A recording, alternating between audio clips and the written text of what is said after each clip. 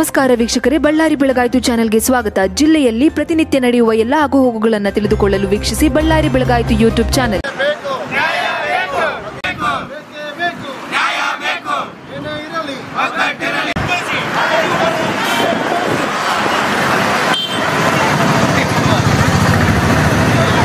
ಕರ್ನಾಟಕ ರಾಜ್ಯದಾದ್ಯಂತ 10,000ಕ್ಕೂ ಹೆಚ್ಚು ಅತಿಥಿ ಉಪನ್ಯಾಸಕರು ತಮ್ಮ ಸೇವೆಯನ್ನು ಕಳೆದ 20 ವರ್ಷಗಳಿಂದಲೂ ಮಾಡ್ತಾ ಬಂದಿದ್ದಾರೆ.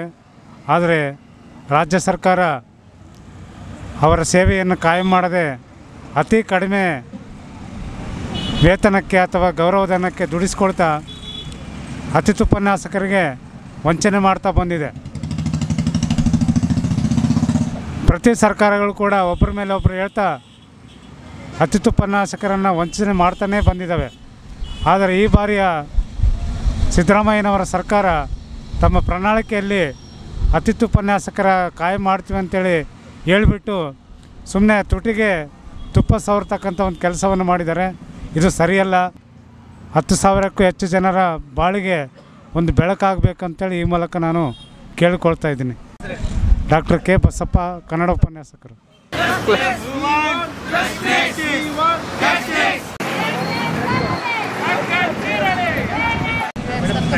ಕಳೆದ ತಿಂಗಳ 23ನೇ ತಾರೀಕಿಂದ ಇಂದಿನವರೆಗೆ ನಮ್ಮ ಅತಿಥಿ ಉಪನ್ಯಾಸಕರು ಅನಿರ್ದಿಷ್ಟ ಅವಧಿ ಹೋರಾಟ ಅಂತ ಕೈಗೊಂಡು ಇಲ್ಲಿಯ ತನಕ ಮುಂದುವರಿಸಿದ್ರು. ಸರ್ಕಾರದಿಂದ ಯಾವುದೇ ಸ್ಪಷ್ಟವಾದ ಉತ್ತರ ಸಿಗ್ತಿಲ್ಲ. ಬೆಳಗಾವಿಗೆ ಹೋಗಿ ಹೋರಾಟ ಮಾಡಿದ್ವಿ. ಅಲ್ಲಿ ಒಂದು ಸ್ವಲ್ಪ ಬಂದು ನಮ್ಮ ಎಜುಕೇಷನ್ ಮಿನಿಸ್ಟರ್ ಅವ್ರು ಬಂದು ಮಾತಾಡಿದರು. ಅದಕ್ಕೂ ನಾವು ಒಪ್ಪಿಗೆ ನೀಡದೆ ನಮ್ಮ ಜೀವನದ ಅನಿವಾರ್ಯವಾಗಿ ನಾವು ಇಲ್ಲಿ ತನಕ ನಿರ್ದಿಷ್ಟವಾಗಿ ಮಾಡ್ತಾಯಿದ್ದೀವಿ. ಇಲ್ಲಿವರೆಗೆ ಬಂದಂಥ ಸರ್ಕಾರಗಳು ಎಲ್ಲವೂ ಕೂಡ ಮೂಗಿಗೆ ತುಪ್ಪ ಸವರ ಕೆಲಸವನ್ನು ಮಾಡ್ತಾಯಿದ್ದಾರೆ.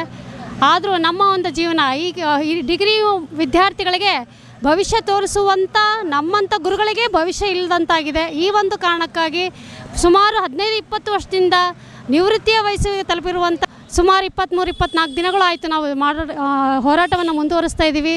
ಅದಲ್ಲದೆ ಸುತ್ತಮುತ್ತಿನ ಒಂದು ರಾಜ್ಯಗಳ ಒಂದು ಉದಾಹರಣೆಗಳನ್ನು ಕೂಡ ಕೊಟ್ಟಿದ್ದೇವೆ. ಅವುಗಳ ಪರವಾಗಿ ಯೋಚನೆ ಮಾಡಿ ನಮಗೂ ಕೂಡ ಕಾನೂನು ತಿದ್ದುಪಡಿ ಮನಸ್ಸು ಮಾಡಿದ್ರೆ ಸರ್ಕಾರ ಏನಾದರೂ ಮಾಡ್ಬೋದು. ಅದಕ್ಕೆ ಸಾಕಷ್ಟು ಉದಾಹರಣೆಗಳನ್ನು ಕೊಡ್ಬೋದು. ಹೀಗಾಗಿ ನಮ್ಮೆಲ್ಲರನ್ನು ಕೂಡ ಕಾಯಮಾತಿ ಮಾಡೋದಕ್ಕೆ ಏನೆಲ್ಲ ಒಂದು ಸಾಧ್ಯತೆಗಳಿದ್ದಾವೆ ಅವುಗಳತ್ತ ಗಮನ ಹರಿಸಬೇಕು ಅಂತ ಸರ್ಕಾರಕ್ಕೆ ವಿನಂತಿಸ್ಕೊಳ್ತಾ ಇದ್ದೀನಿ. ನನ್ನ ಹೆಸರು KM ರುದ್ರಮ್ಮ ಅಂತ, ಸರಳದೇವಿ ಕಾಲೇಜ್ ಅತಿಥಿ ಉಪನ್ಯಾಸಕರಾಗಿ. ಬಳ್ಳಾರಿಯ ನಿರಂತರ ಸುದ್ದಿಗಾಗಿ ಬಳ್ಳಾರಿ ಬೆಳಗಾಯಿತು ಚಾನೆಲ್ನ ಸಬ್ಸ್ಕ್ರೈಬ್ ಮಾಡಿ ಹಾಗೂ ಬೆಲ್ ಐಕಾನ್ ಒತ್ತಿ.